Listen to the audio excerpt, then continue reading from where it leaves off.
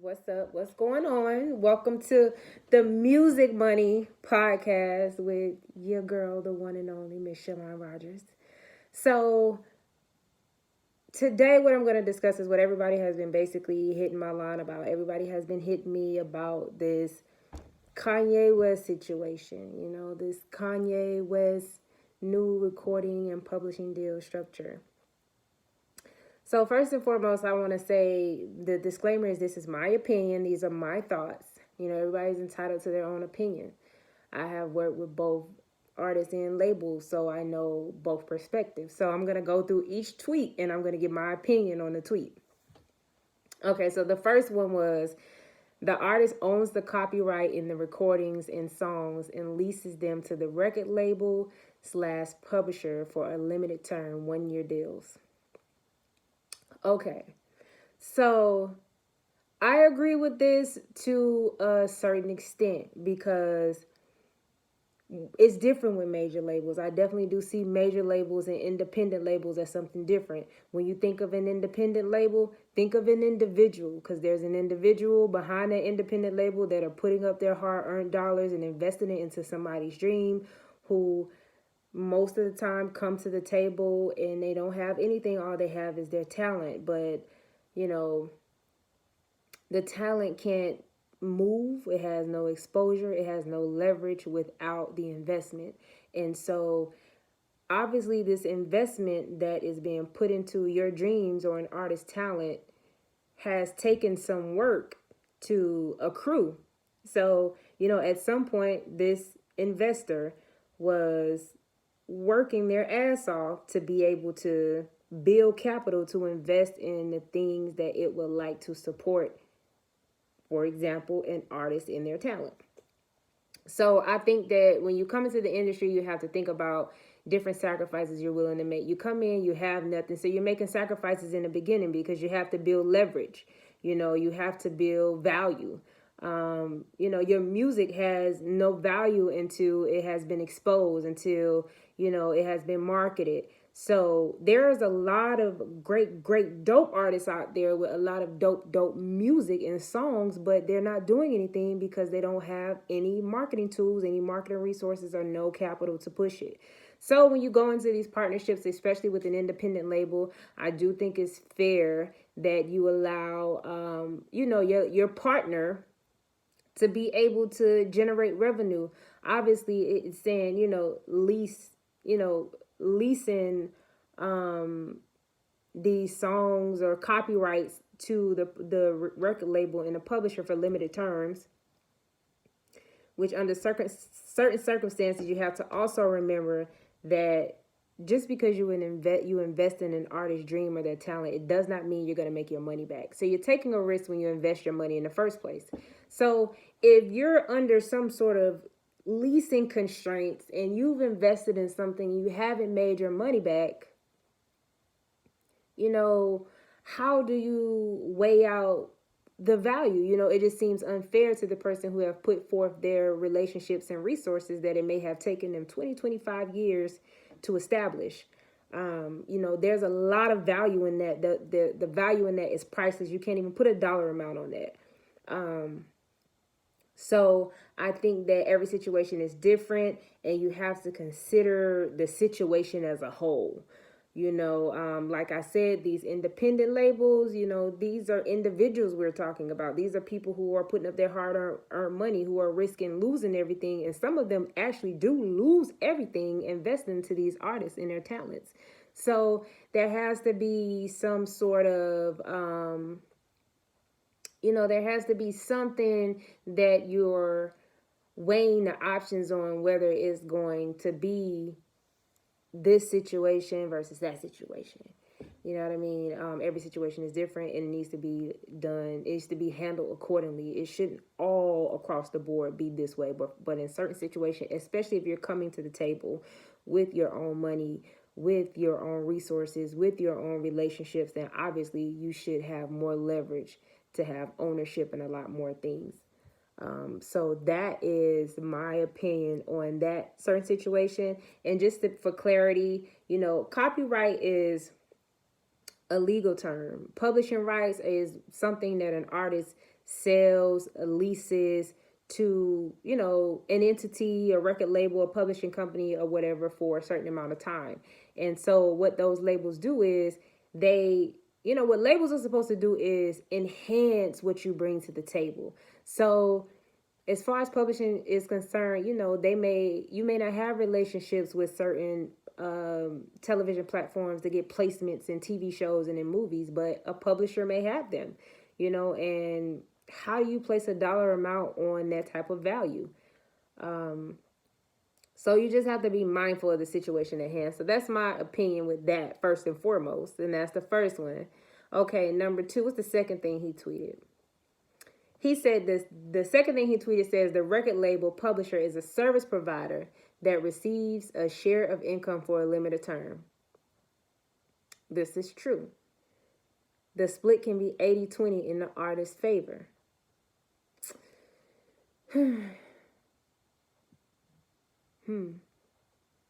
Again, it depends on the situation. I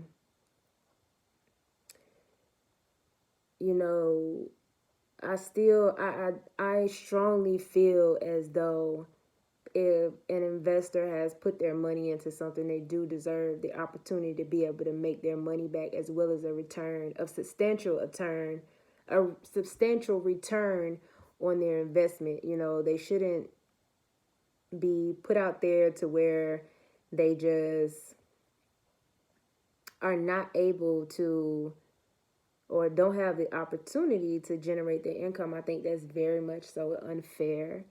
The splits, I think, should be based upon if the record label is generating income from other sources, because artists make or generate income from so many different sources. And so you don't have to split every source of income with the label, You have to, all of those things are negotiable. So it depends on what the situation is. Most of the time, major labels take a larger chunk of your royalties because that's where they're making a majority of their money back from. And if they're investing millions of dollars, any investor is going to want to know how to make their money back as quickly as possible. So that's my opinion there.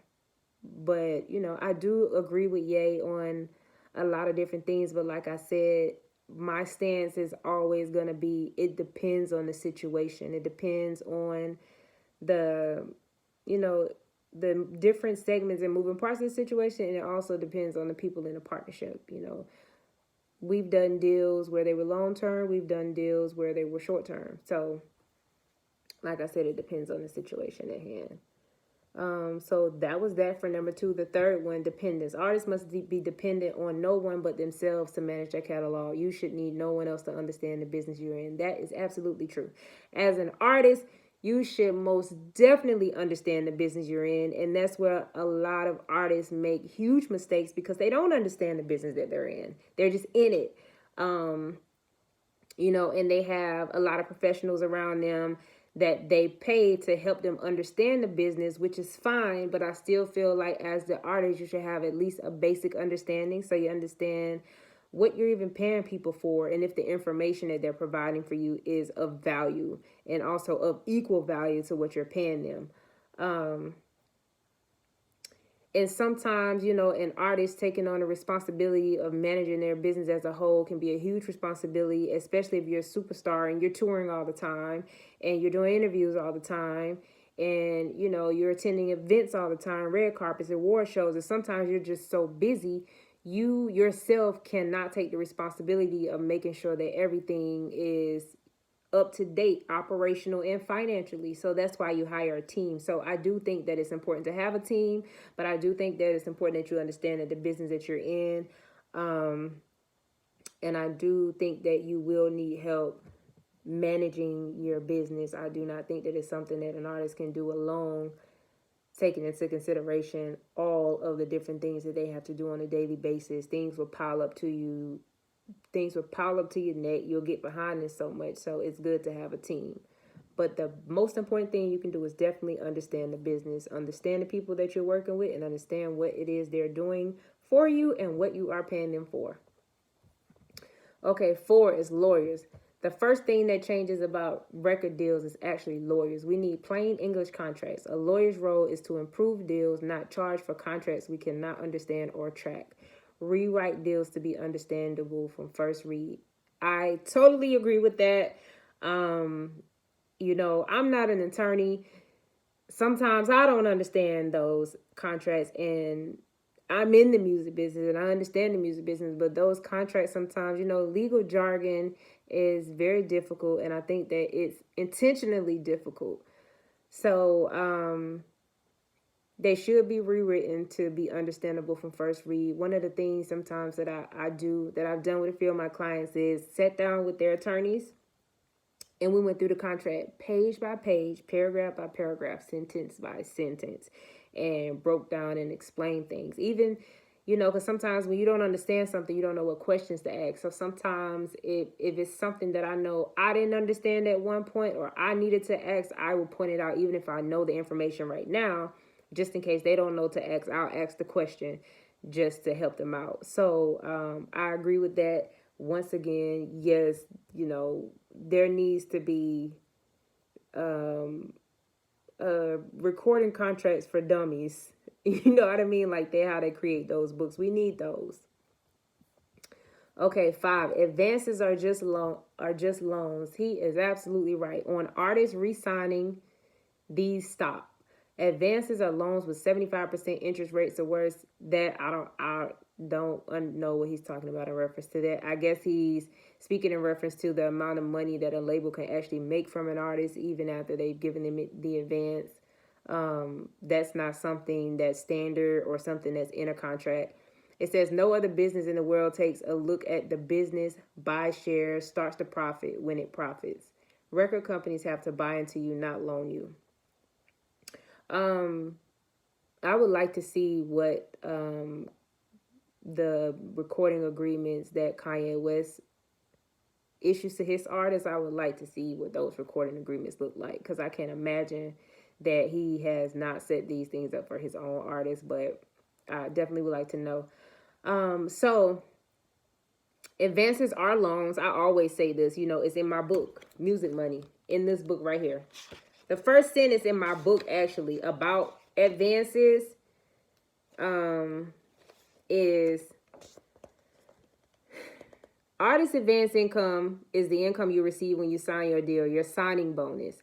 This is every artist's favorite part of the deal. Although this may seem like the most important part of your deal or even the determining factor for if you sign your deal, this should be the least of your concerns. This is a one-time payment. Your biggest concern should be the money that pays you over and over forever. Royalties.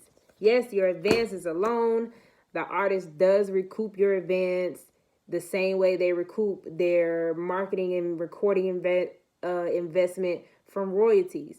So the more money you get in your advance, basically, the longer you will probably be unrecouped. So everybody who's going to get these multi-million-dollar advances and who are saying, I ain't signing no deal unless it's $1 million.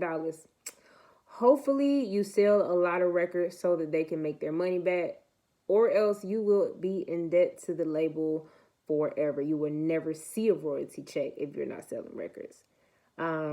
Record companies have to buy into you, not loan you. They do have to buy into you, but you need to have something worth buying into. And, sometimes people have the talent and they may not have the work ethic, but you don't know until things have gotten busy, until you have invested money and it's time to move around. So sometimes you can't foresee the way things will go. Like I said, labels lose a lot of money too, buying into artists. So, yes, it is a loan. Sometimes you don't always make your money back. Labels lose more money with artists than let me rephrase that. Labels lose on more artists than they gain. Because a lot of labels have so many artists signed, you just may never hear about them because they never break. But there are a lot of artists that are signed that are not doing anything. So there you have it. Like, yay, I see where you're going with a lot of different things, but like I said, with independent labels, it's a lot different because, I personally have my own artist right now. My niece, I manage her, and we are not signed to a label. But so right now, all the money is coming out of my pocket. So every show we do, and she's a female. Females are different because they gotta get hair done, nails done, makeup done. They want outfit every show, new shoes, new everything. And when artists are new, you're not making any money. So a lot of these shows and appearances are promotional. So you have to pay for transportation. You have to pay per diems. You have to pay for lodging. It's a lot of different things, and those things add up. You have to pay for recording time. You have to pay for engineers. You have to pay for producers. All of these things have to be paid for. This stuff isn't free. So, and this is a loan, so buying into you, a loan, whatever you want to call it. If I spend my money and I put my money into you because I'm investing in your dream, yes, I want my money back. That's the only reason why I'm putting my money into you. I'm not putting my money into you to just give it to you to lose it. I'm putting my money into you as an investment so that I can make my money back, and so that I can make money, and so that you can make money. And ultimately, the artist will make more money than the label. So, yes. Unless you are taking crazy advances and you are not necessarily selling records. But if you're not making money, that means the label is not making money either. Because if you haven't gotten a royalty check, that means they haven't made their money back. So they're still in the red while you over there making show money. So that's one thing. Number 6, royalties. Again, back to the dependents. You need a business manager to read how you did, so you pay to see your money no more. Royalty portals need to show and do not now every song you deliver, every store you are in, how many streams per song, income per song are not just for royalties. They are for your entire business. Every audio file, every asset, every deal stored with money. Money and music must stay together. When your term ends, download it all and leave. Okay, so first, there are royalties. Your distribution company does provide royalty portals that shows every song you deliver, every store you're in, how many streams per song, and the income per song. So distribution dashboards do show that information. Unless he's talking about something different, I don't know. That information is definitely there. And then he says, it shouldn't just be for royalties. They should be for your entire business. Every audio file, every asset, every deal stored with money. Money and music must stay together. Music, money. When your term ends, download it all and leave. Okay. There are also platforms where you can have all of this information stored as well. Those platforms are available for people to have access to be able to file all of these different things away. Obviously, this is not something with the label. You can go and you can pay a company that will provide a dashboard for you to store all of this information. Now, when your term ends, download it all and leave. How I feel about that is the same thing that I've been saying all this long time. Like, come on, you can't expect somebody to just, because being in the music business is expensive. People literally go broke, like lose money, lose everything investing into an artist, investing into a dream. They lose time, they lose money, they lose relationships, because sometimes artists can mess up your relationship. So it's always a big risk, and the bigger the risk, the bigger the reward. We all know that. So, and this is a very, very risky business. So, having that type of access to be able to just download all of your files and everything and just leave, I don't think it's fair. You do good business, you reap good business. So, if I go into business with someone, I know they've invested all their money with me, I definitely want them to make their money back. And I want them to be able to make money as well. And guess what? I will learn from them, and I will reciprocate it, and I will do for other people what they did for me. So what major labels do is completely different. It's a completely different monster, a completely different beast. But I'm speaking from a perspective of an independent label, because you're dealing with individuals who are putting up their own money and time and paying a whole team and a whole staff to make sure that you get everything you need. And most of the time are accessible. Not most of the time, but are accessible 24/7, every day, all day. We eat, sleep, and shit this music business. So I do think that this is I don't think that it would be fair to be able to just walk away from something like that after people have put their all into you. And I know for a fact even that there are, Kanye West has a team right now to this day that, helped on the creative side of Yeezys. And they don't see and as successful as Yeezys are today, they don't see a dime for it. And I think that is totally unfair because they came up with the whole play. You know what? And let me say this. It depends on exactly what, they incorporated into that actual situation, because creatives are so very important, and, you get paid for your ideas. Everybody has ideas, but ideas are just an idea without action, without support, without marketing, without resources, relationships, capital to be able to catapult it to the next level. So I would say I don't agree with that. I don't agree that an artist should be able to just download everything from their portal and walk away from the whole team and everybody who has been giving their all to them. It's like it's not just you. It's not a one man. It's not a one man show. It's a team. Yes, you go in the studio and you record that music, but you didn't record that music without the studio equipment that was purchased, without the engineer that was paid, without the producer that was paid, without the building that's being paid for, without all of the expenses and utilities that are being paid for the building that is being recorded in, for the relationships that have been established over a time span of 10 to 20 years, for the resources that have been built, for the time and energy that everybody has put into, their profession to be able to provide a certain amount of support to you. So just please take that into consideration. Lastly, no more blanket license. It should be clear from day one what shares you get now and when you leave. If your song helps a deal over the line, you invested in that store app, same as they did.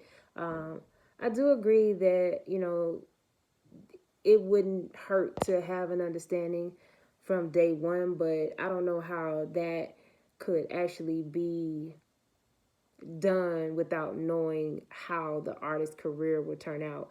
Maybe if it's done on a scale, say for instance, if you achieve this a certain amount of a success, then this is how we handle it. But if you do not, this is what's done. So, or if we make this certain amount of money, just set benchmarks at different levels, and then also, assign it or align it with different things of how you can structure what it'll look like in the future if you meet certain benchmarks. UMG now has 2.2 billion shareholding stake in Spotify. This is the artist.